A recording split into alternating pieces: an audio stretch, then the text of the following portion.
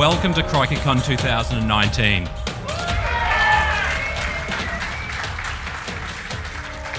My name's Wade. I'm one of the co-founders along with Glenn in the front row here. Glenn's done a lot of the hard work to get this thing happening. And we're really pleased to welcome you today to what we think is going to be one of our best Crikeycons yet.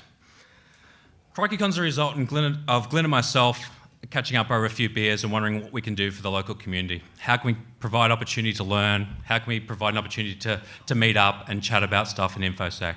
And hence, Crikeycon was born. I won't lie to you, the first few years were a bit touch and go, particularly the first one. We weren't sure whether it was just going to be us two and a few close friends turning up, and that would have been absolutely fine. But very quickly, we got a fantastic, dedicated bunch of people to come along, and Crikeycon's grown year on year as a result of it. So since last year, it's been a pretty spectacular year in our industry. There's been a whole heap of things happening. We've got even the morning shows talking about cybersecurity. We've got so many different, it's a new segment every other day. And probably some of the biggest things for me that have happened in the last 12 months are our Parliament being compromised and some of our major parties as well. I mean, it's one of the biggest, couple of the biggest things that have occurred, which kind of thrusts the people in this room and the people with this skill set into the limelight, or into the front line. So it's really important for us to have a good kind of meeting area, a good kind of conference, and that's why I'm really pleased to see the lineup of speakers we have today. We've got a great bunch. We've got a whole heap here, including Justin Stephen, we've got Sarah Young, and we've got somebody who really kind of just needs one name, a bit like Beyonce, Silvio. But Crikeycon's more than just about security. It's also about giving back to the community. And we're pretty proud of what we've been able to do in the previous years on your behalf. So last year, on your behalf, we were able to donate $20,000 to our charities.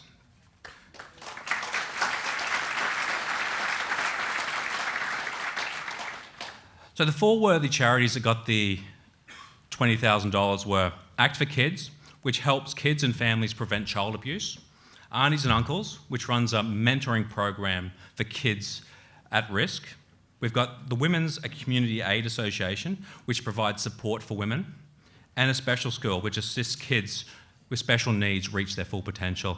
And I think you should give yourselves another round of applause as a result of that. Well done.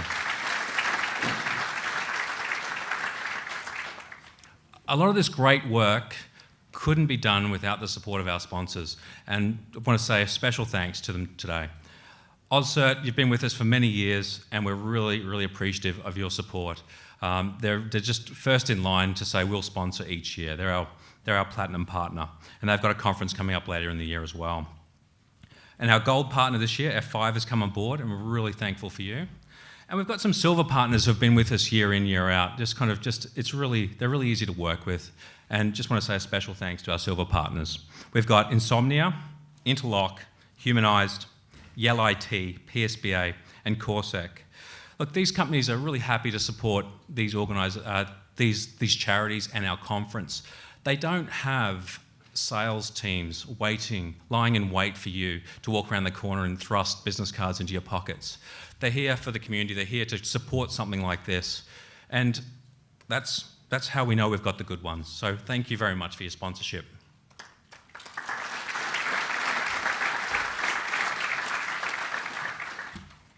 Speaking of the good ones, we've got a whole heap of unpaid volunteers that help us out.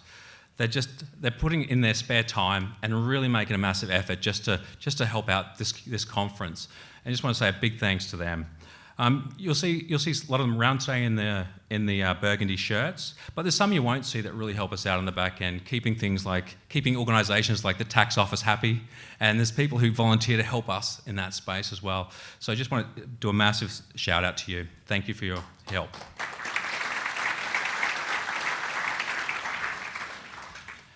And there's one group I haven't thanked yet, you lot.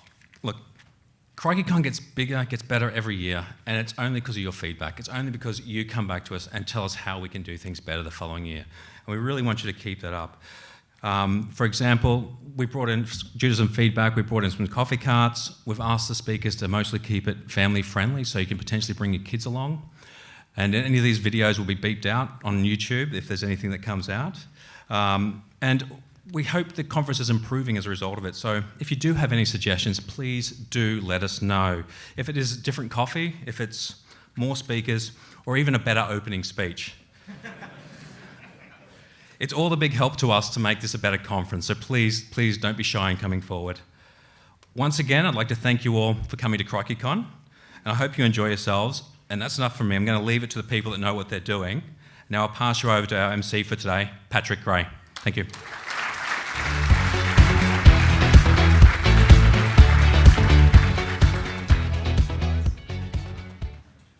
Hello. Okay, how you going, everyone? My name is Patrick Gray. You might know me from such podcasts as Risky Business, and it's my job to basically just introduce the speakers and keep things moving, which is going to be a hell of a challenge this year because I can't believe how much great content Crikeycon's been able to squeeze in. As Wade just explained, the first one, I was there. It was a really small little event. It was very informal. And one of the great things that happened at the first Crikeycon was it really got quite interactive. There were a lot of questions and answers coming from the audience, and it really felt more like a group chat. It was really cool, and we like to try to keep that vibe as much as possible. So if you do have questions, assuming we have time, it would be great for everyone to feel free to ask them. And it's my job to try to help that process kick along. Now, before we get on to the next of the first talk, I should mention that some of the speakers might use swear words. If this is likely to offend you, you might want to see a volunteer about a refund. No harm, no foul. Just warning you that that's something that might happen. We're actually running 15 minutes early, and given the number of talks that we have to squeeze in, I think I might just introduce our first speaker, and we can go from there, if that's all right with you, Glenn. Excellent. So our first speaker is Joachim Metz. He is a Googler, technically a security engineer at Google with a background in IR. And he's going to be talking to you today about scaling defense. We know attackers scale. In his talk abstract, Joachim mentions that botnets are a great example of how attackers are scaling things. But how do we scale defense? He's going to give us some examples on that. And I think you're ready to go. Thank you very much, Joachim Metz. Hello. Yeah, thank you, Patrick. So my name is Joachim Metz, and roughly the next 40 minutes, I'm going to talk about scaling security from a defensive perspective. I'm not a local. For those of you who saw my name maybe on the agenda, you might have Googled it. And you might have found a couple of people that were mentioned as a chemistry scientist, a photographer, or a scarf designer. I can tell you, these are different people, so no worries. Let me, before I go into the presentation more about scaling defense, I want to give you a little bit about the background, who I am and how I came to information security. As a young person, I was always interested in tinkering with hardware, tinkering with software. And when you tinker with hardware and software, you'll notice, you'll find your way around security controls. You like things like save game, like tinkering with save games, or copyright protections in computer games. And I wanted to kind of get a professional into that at the time, but when I started, there was no such thing like a security engineer job role. So I ended up being a jack of many trades, as a bit of software development, a bit of deployment engineering, a bit of system admin, and eventually network engineering. And that was kind of one of the first roles that pushed me more towards information security, because as a network engineer, you were responsible for dealing with the firewall. When in 2005, one of my former colleagues came to me and said, like, hey, we're looking for people that do digital forensics in fraud investigations as consultancy, I thought, why not? That sounds interesting. The thing is, though, if you have done consultancy for quite a while, you get a bit demotivated. The thing is that you go to a customer, you help them out. 6 months later, you're there with the same customer, same problem. You have to tell them the same thing.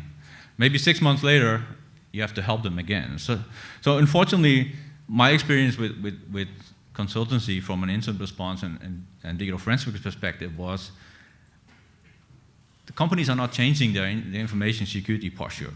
So that was kind of for me a reason to look for something else. And I was playing with the idea, it's like, hey, why not develop computer games, because they were so interesting to reverse engineer them, or do a sort of business for myself. But coincidentally, I ended up at Google Switzerland, particularly thanks to one person in the room, Michael Cohen, who ended up there as well just before me. Now, what I started there was digital forensics and incident response, but you have to realize that Google is a very non-traditional IT environment. If you see in consultancy a lot of Windows AD environments, Google environment is completely different. And also, just the sheer scale of the matter kind of changes your perspective significantly in how to solve problems. In 2017, I'm not sure if Australia privacy laws are changing as well, but in Europe there's the GDPR, and there was kind of a strong push in 2017 to be ready for the 2018 deadline. My role changed from not only dealing with security incidents, but now also dealing with privacy incidents. And the TLDR of privacy incidents is data security control failing. Besides dealing with all these urgent and hectic things, I also like to spend some time on maintaining and developing open source, and I maintain a vast set of open source forensic libraries that some of you might have stumbled upon before. Before I continue, I'm going to have an administrative notice first. I mean, you've probably seen this in a lot of presentations before. Is that like as a disclaimer, my opinions are not the opinions of my employer. But while writing this, I actually kind of realized, reflecting on this, that my employers have influenced my perceptions of information security over the years, especially in consultancy, because you see so many different environments. You get a lot of different perspectives there, and some of these will be reflected in the talk today. Now, I can hear you in the room say like, hey, but like some of the things I might be saying might not be relevant for or not applicable to the organization you're currently working for, and that's perfectly fine. What I asked of you is take the elements of what I'm saying, think about it, and think about how you can use what is relevant to you, and you use that to improve the information security posture of your organization. As preparation for this talk, and I also kind of read a lot of articles on the internet, like one thing that recently stood out that I find very shocking as an incident responder. On one side, it means that 2019 is going to be a busy year if this trajectory continues. But also, why? Like, why is information security, especially from a defensive point of view, still such a hard thing to do? If we see like 4.5 billion records being exposed just the first half of 2018. So this is kind of the central question to my thesis here. Is this why are defensive security practices failing in a lot of organizations? And reflecting a bit upon this, and ironically enough, this was one of the reasons why I left consultancy, is I think a lot of organizations lack a culture of continuous improvement. It is the fact that we see security as a one-time solution that we need to implement, and then continue on business as usual. And this is weird because 2019 we have more security controls than ever before. Firewalls, client-side threat agents, user behavioral analysis, threat intel feeds, you name it. There's more mandatory and requirements, legal frameworks, information security frameworks, ISO, Basel III if you're in finance, Sarbanes-Oxley, GDPR, you name it. Like, there are a lot of controls, but so why are security practices still a thing that is lacking? Why are data breaches still occurring? So what I want to do today is I want to share with you a couple of things that my employer has done over the years to kind of see how we've been using continuous improvement across across Google to improve our information security posture. This might give you some more ideas on how to take those and apply those to your own organizations. So first of all, what is continual improvement? It's nothing new. In a nutshell, it's actually small incremental improvements over time. There was a book, Kaizen, in 1986 that talked extensively about continuous improvement. Now, if you're doing a software development, you might have also heard of continuous integration, continuous delivery, continuous deployment, which are also implementations of continuous improvement within the software development process. And recent development like DevSecOps actually try to add security as part of that as well. So how are we applying continuous improvement in more traditional security information controls? Do our organizations have someone that is actually driving this continuous integration based on maybe the outcome of incidents? So one important element of continuous integration is testing. And it's kind of more an open question for the room and an open question for your organization, is that how often do you actually test your security controls? While reading up on a lot of matters, funny enough, or a bit sad ironically, is that most organizations improve their information security after an impactful breach, which is too late. So what options do you have to maybe prepare yourself before the breach? One aspect it could be is you could use a red team. You can learn a lot from a red team, especially a successful red team, putting the state of information security back into perspective, but also back onto the executive on the desk of your executives. But as a defender, there's only so much time to spend. So how do you effectively deal with taking the lessons learned of a breach, taking the lessons learned of a red team, and actively addressing some of those issues? If you're familiar with project management, you see here kind of a very kind of rough way of reducing risks in a project, and it is by quantizing in impact and probability. Now, high probability, high impact, you probably want to address that directly. That is the highest priority. But then there are two kind of areas that are more problematic as a defender, which are the ones that are low probability but high impact, and the ones that are high probability and low impact. And I'll go a little bit deeper into those areas to kind of show you what is possible there to do. If you take high probability and low impact as a defender, it typically means noise. It means a lot of noise.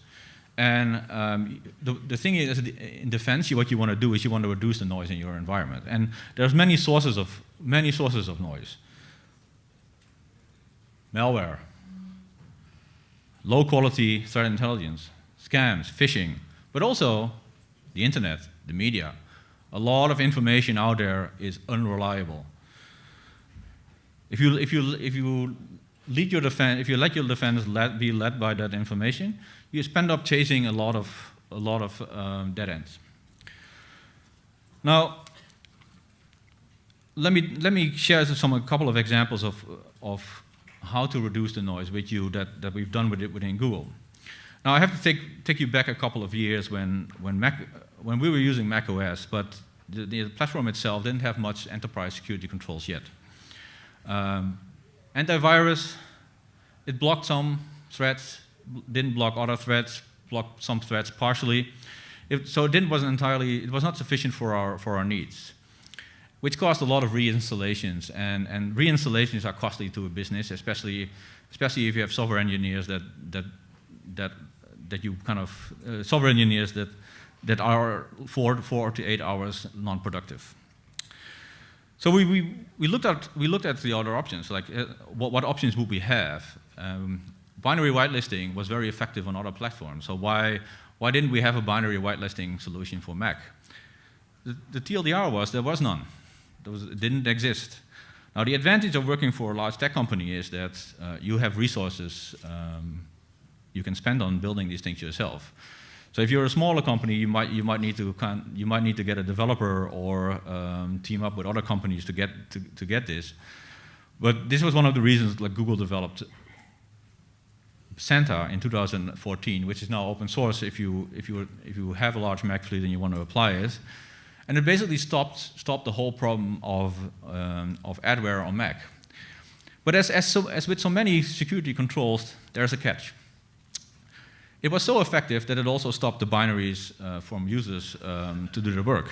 So kind of a problem there. So one side stopped the adware, the other side stop users from doing their work. And this is why we introduced upvote. And for those of you not familiar with upvote, it was open source in 2018, but it introduced the concept of social voting. So the problem with most binary whitelisting solution is the whitelist. You have to maintain a whitelist. A whitelist for an organization the scale of Google is complex. Managing exceptions is a complex and costly operations. So how do you manage exceptions, especially exceptions that are small scale, in a more effective way? What upvote introduced is social voting, which allows users to vote for allowing a binary to run on their system, but this is a local policy. So let's say you have 5 users that run a binary on their system, and that binary is malware. Those 5 systems might be getting infected.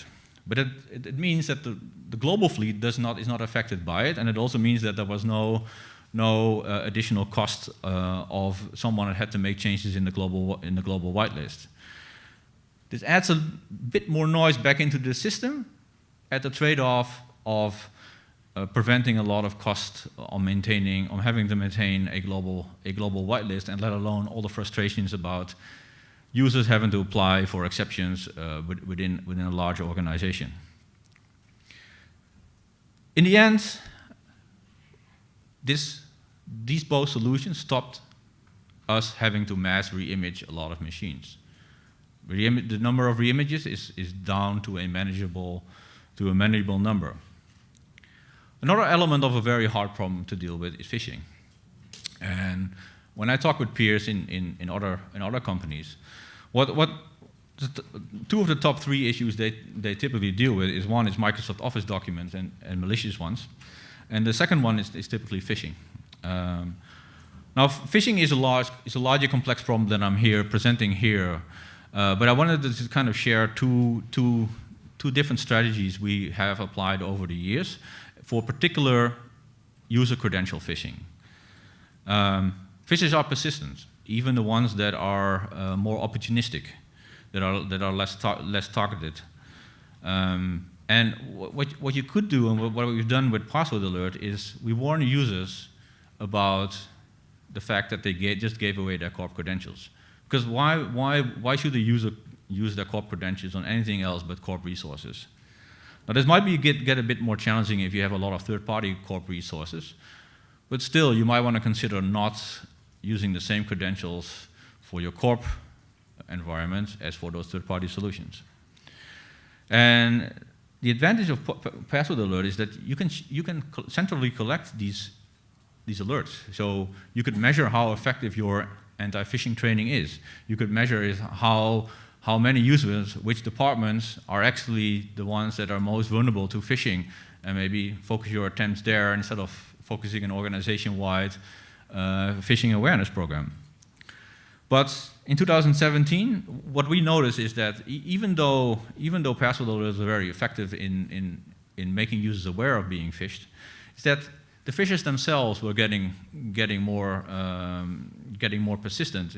That they're also starting to phish second-factor token-based corp credentials.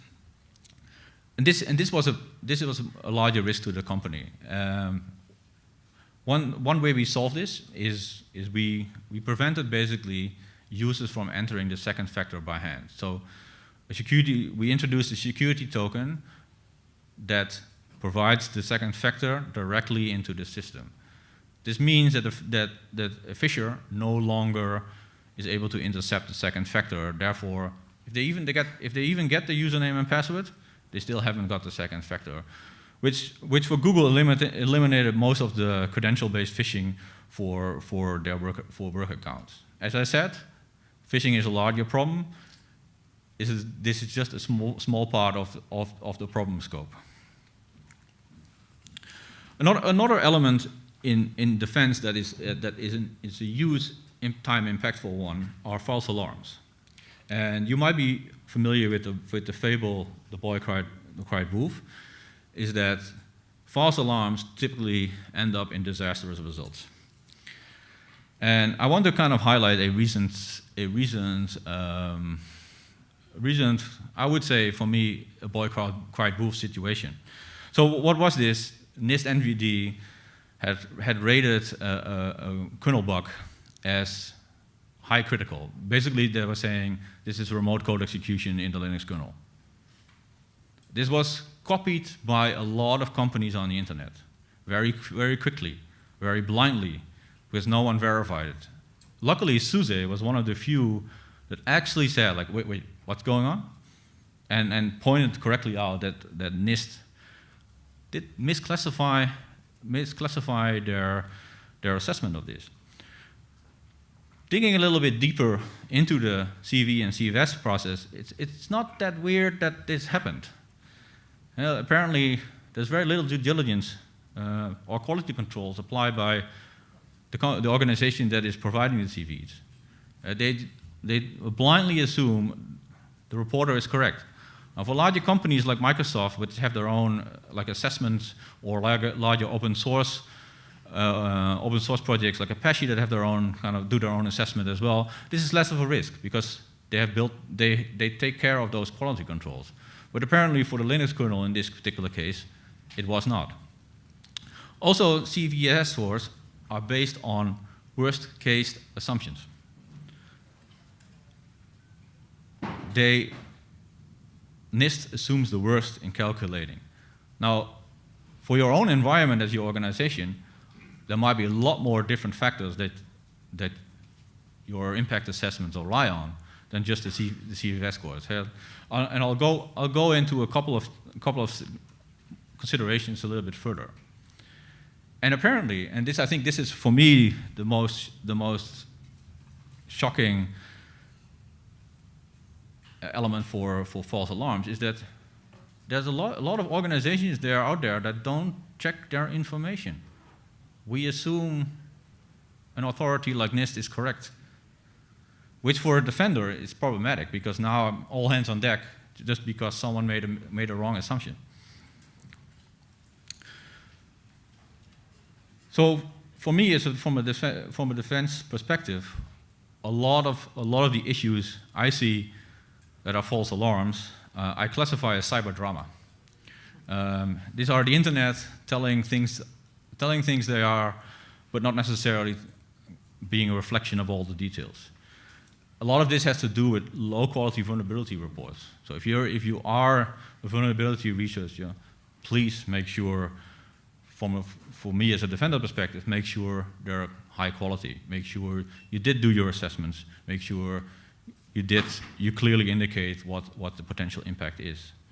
Often it also has to do with misunderstood hardware and software behavior, especially in detection.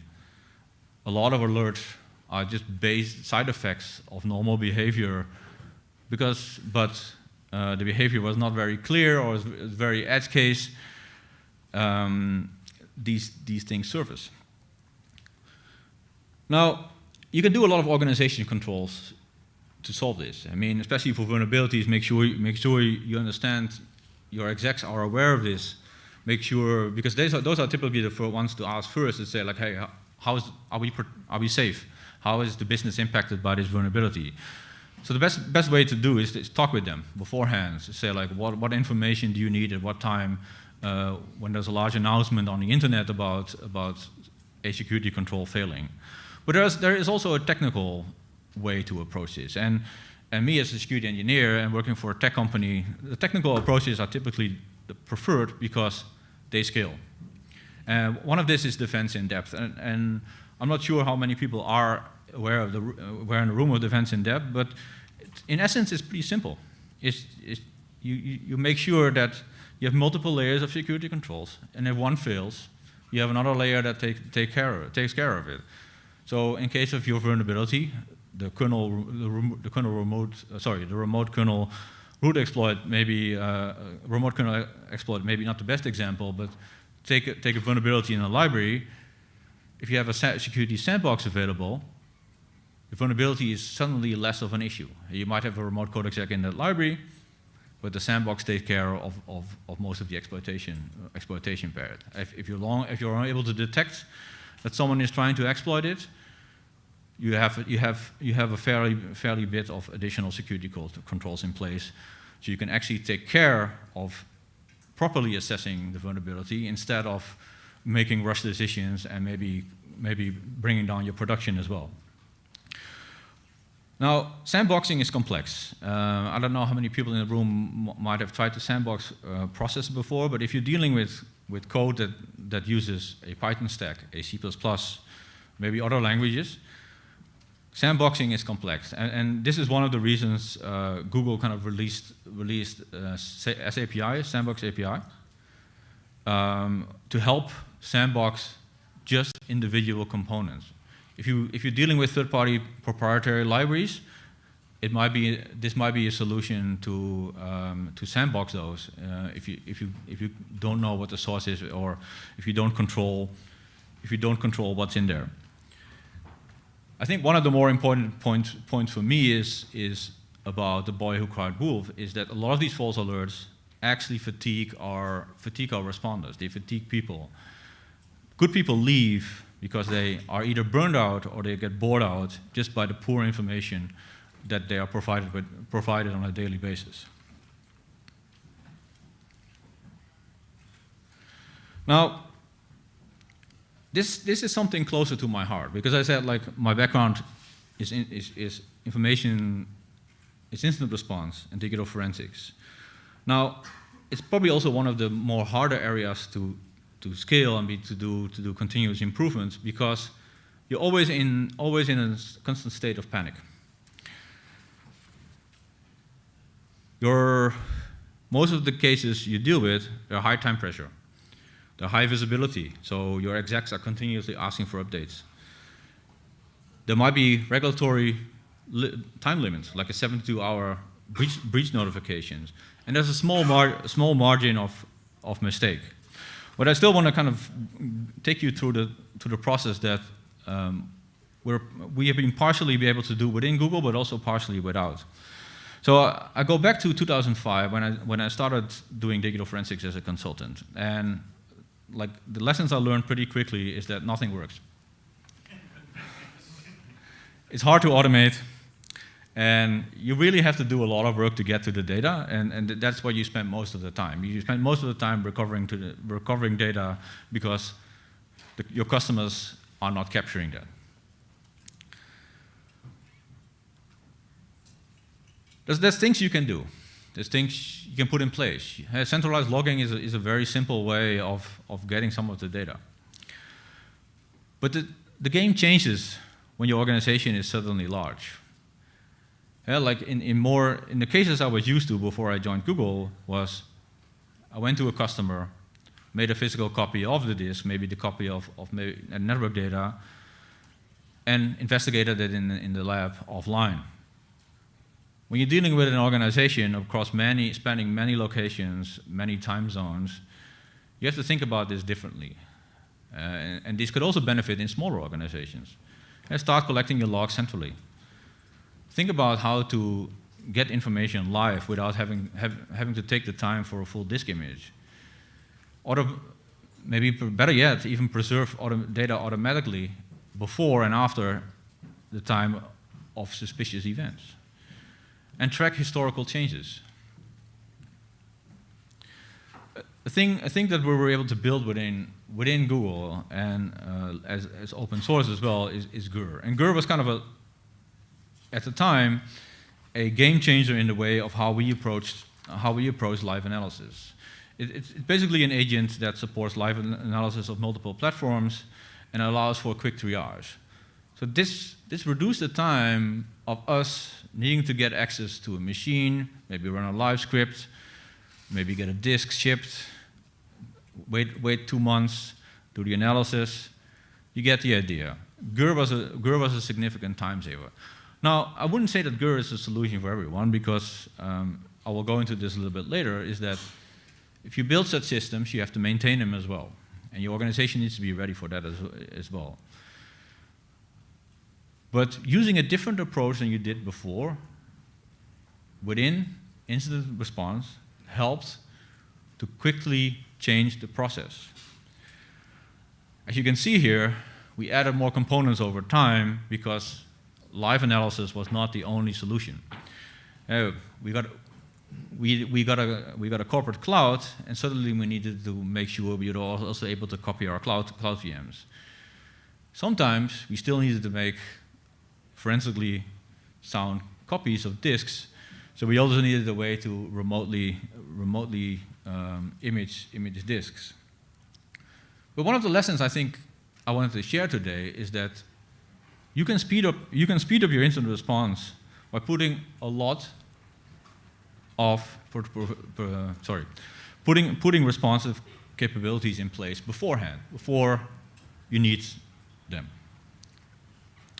Now, collection is fine, but what do I do with this data? I mean, like on one side, I need to quickly analyze them as well. As I said before, the success of the live response agent was that we were suddenly able to get the data much quicker. But now processing was a challenge. And if you look at traditional digital forensic tools, they're not necessarily the tools that are best built with security in mind. A lot of them assume that they run in a lab environment. A lot of them assume that they're dealing with semi-trusted data. Do you want to have a live agent with root access or system administrative access on your system that parses data, random arbitrary data with some of these parsers? Probably not.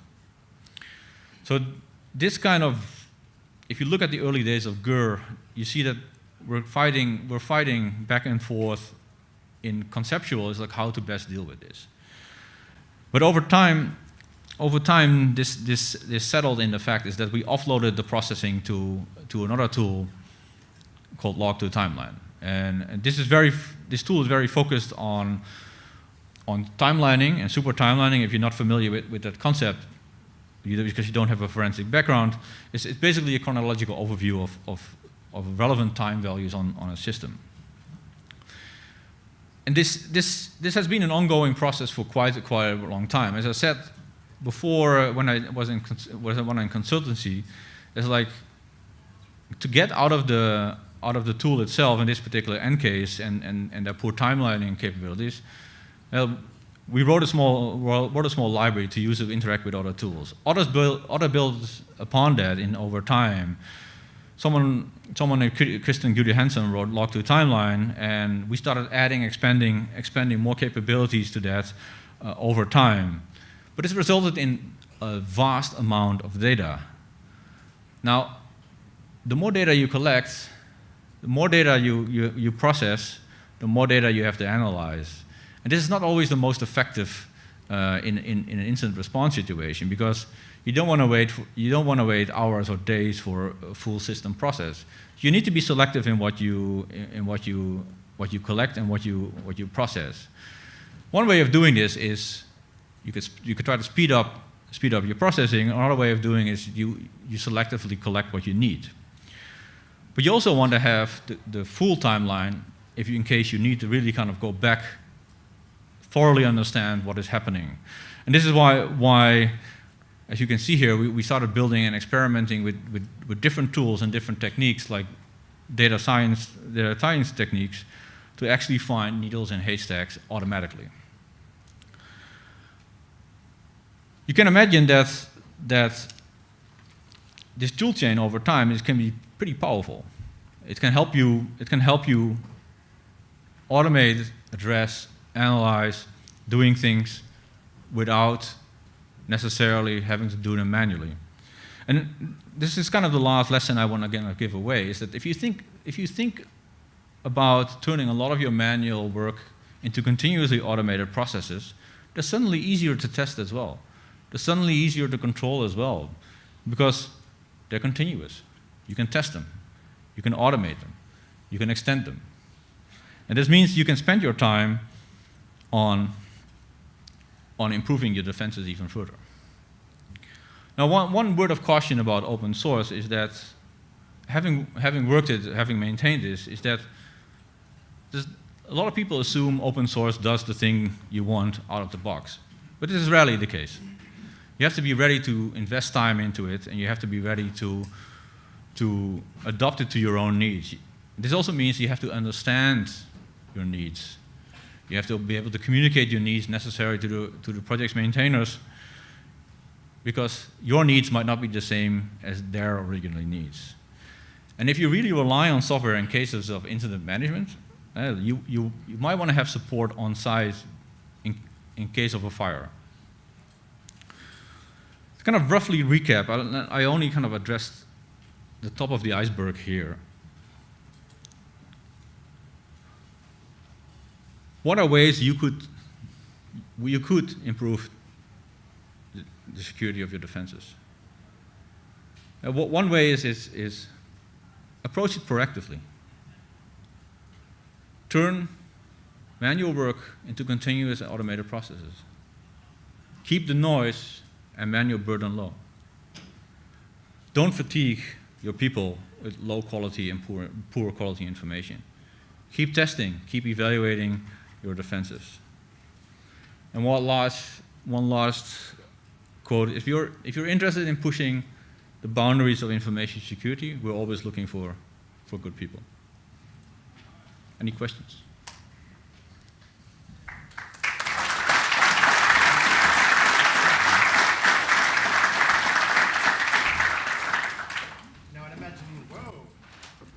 Hello. Okay. Now, I'd imagine to a lot of people who are working in the trenches in InfoSec, this is a bit like science fiction.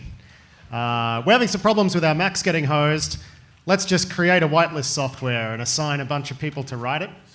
It's always good to see what's happening in the future. But I do wonder, one thing that came through, right, and just before I want to ask my own question. Rich Mogul is a security analyst turned startup guy. He's been in the industry for decades, and he coined a term recently that I thought really helped me to think differently about a lot of this sort of stuff and a lot of this sort of tooling. And he termed it blue-collar/white-collar security tools. Mm-hmm.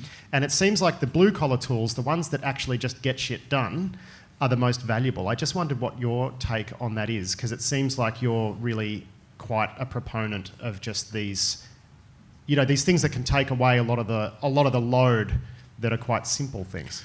So I'm not a proponent of it. I actually think a lot of the work I started in the early days in forensics is those kind of tools, like tools to get the work done.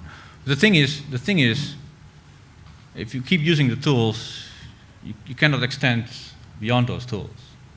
But once you're able to kind of glue these tools together, you can do even more. And that is kind of more the message, like, use the blue-collar tools. Yep. Get those tools preferably in reusable components you can glue together. Yep. Use those components to further build a system. And for the people here who might be working for more traditional enterprise, I mean, I'd imagine that's going to result in, gluing together various commercial tools. I mean, is that something that you've looked at? I imagine you would have a fairly decent insight into some of the commercial tooling, or is it really just the case that because you Google, you build your own? So I mean, there's definitely a tendency to build our own because just the diversity of the environment. It's a non-traditional IT environment. So a lot of like the commercial available solutions don't necessarily work. I know, especially for forensics, there are organizations working on this, but there's also hesitations of the vendors themselves to glue those things together, because that means suddenly they cannot no longer lock you into their product. So it really depends. I mean, you could hire a software if you're like a more traditional environment. You could hire a software developer that can help you glue these things together. You could, if you have good relationships with a vendor, and some vendors are pretty open to it, you could even work with them to get these things together. But you have to kind of think outside of the traditional box here, is that I have a tool and this is the only capabilities I have within my tool. instead of checking through the checklist, think about how everything can work together. Now, we do have a question here. Gentleman in the blue jacket. It seems to me you have a very different philosophy to some people working in other organisations. You have, other than coming to a conference and presenting it, you have like a missionary zeal to go out and make that happen in other organisations, or is it just this has got to do with us? So the question was really like, whether or not Joachim here is is really trying to evangelise this position and encourage other people to do it, or if he's just speaking about what Google does. I would say it's more the last part. I mean, we see, at least talking with kind of tech companies, other tech companies, we see them going into similar directions. But what I said from the beginning, I mean, like, I don't expect a bank or a financial institute to adopt the same principles. I think a lot of the continuous improvements are very specific to the organization. I think an organization like a bank can do it, but it's going to be different. It's going to be different. I think if there's room to share approaches, if there's room to kind of like, hey, there's open source solution that can do this X for you, and if you adopt it in such a way. Well, you have outsourced, open sourced Santa and Gur and things like that. I think one really good example for Google is BeyondCorp, where you've externalized that, and people are like, great, that's science fiction. But then other companies have sort of run with it, like Duo have run with their whole BeyondCorp for the rest of us. So, yeah.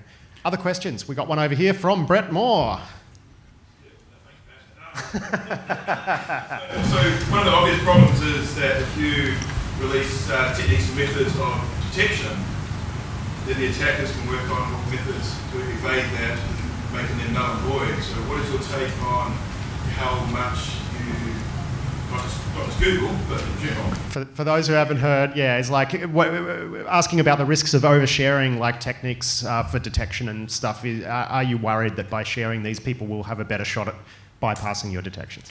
So you have to always take that in mind. And like you see the same with threat intelligence that most of the times this information is shared within closed groups.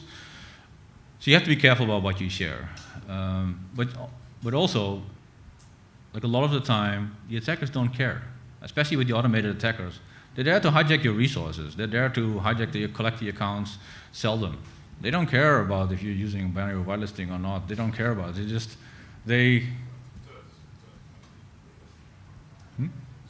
not useful then? So it depends. I mean, like if you have a very targeted attacker, you might not want to share that information. But a lot of the attackers are not that targeted, and those are the ones that are actually causing, from a defender perspective, most of the headaches. So why not share those techniques? Question down here. Yes. You didn't really talk much about using stuff like the MITRE ATT framework or using external information to get a better response to the kinds of attackers you're getting. So you're referring to the bulk of the attackers are pretty clueless and they're just after an account. They're not super targeted, but of course some of them are, and they're much fewer. So using the tooling that you have in place to try and prevent that security fatigue that you're talking about, shouldn't you attempt to address the kind of attack you're getting and then have an appropriate tool set in place to respond to that kind of attack? So, I mean, you want to repeat the question? Well, I mean, I'm trying to sort of unpack that question a bit as well. So start with MITRE ATT. Yeah. And how does that apply to you? I mean, MITRE ATT to me is an ontology that tries to describe different types of attack. So if you want to use that in your organization, say like, hey, I'm giving this attack this label because it's important to me. Why not? We're at real risk of MITRE ATT being diluted by every single vendor, like putting little check marks all over the matrix. Another question? So maybe to go back, does that answer your question, or? Like I'm trying to kind of understand. You guys can pick this one up after, right? Okay. Who's next? We got one right here. So, forensicators and forensic capability is essentially like a level 3 security incident response capability. You've got the level 1s, which is managed security services, and then you've got the level 2 guys, which are, hired by the company to have contextual knowledge of the company's assets, but then they don't have the skill set of the forensic incident responders, right? Those guys seem to be the guys that I deal with on a regular occasion, and their security maturity in their environment hasn't got to the point where they can fund a forensicator on site 24/7, let alone Doing tool development, yeah. These guys have to make a decision as to whether they either engage a forensic incident response consultancy or draw down on their like a drawdown incident response and forensic service. Is there anything that you can give us that would help those level 2 guys make that decision as to whether this is a more informed decision as to whether this is a particular attack? So I just say the question for people who didn't hear it is like, this is science fiction to a lot of people in this room. How do the rest of us deal with it? People who don't have like full IR ninjas on staff writing software. I mean, could you work together with a software company to maybe get some of this in place? No, like that's far beyond the resources of most Australian cybersecurity capabilities. You're looking at like 10,000 endpoints with 2 or 3 guys doing full stack security. Yep. So it's just stepped down a little bit from forensic, right? How do those guys, or is there any tools that allow those guys to make the decision to either what to engage forensics? So I think there are, but I mean it's going to be difficult. Sorry, I should just say the question because a lot of people wouldn't have heard that. It's like, at what point, how do you make the decision to actually engage, say, an external forensics, consultant or something? At what point do you pull the trigger on that as an organisation that doesn't have one on staff? I mean, you probably are able to already capture this in an organizational security control. You already have kind of maybe a checklist where you can say like, hey, think about these things and make a decision about that. If you're able to capture it in a checklist, you're able to script this to some extent. And that's already the first step of your continuous integration. You can reevaluate that checklist and say like, okay, are there new cases that we haven't thought about? So start small there, and don't limit yourself to kind of just, you need software to do this. A lot of this can be done organizational controls as well. Hopefully that answers kind of the question a bit. Any more questions? One more down the back, and then I think we're going to wrap it up. So given the size of Google, the different products, teams, areas, how does the threat intel report work? Is it heavily silo-based in your team? Is it a giant daily report? How does that come from your team? So you're talking about sharing with inside Google? Yeah, so Google being a massive organisation, for those who didn't hear, how do you then go about sharing, internally generated threat intelligence with the rest of Google? Is that something you even do? I mean, threat information is shared across the company, but like as you already indicated, different parts of the organization have different needs for different types of threat information. So it doesn't make sense to put everything in a large report. It makes more sense to have the teams that need the information get that in an efficient way from the team that deals with generating the information. There are companies that make information sharing platforms just for that are hideously complicated, but that some people actually need.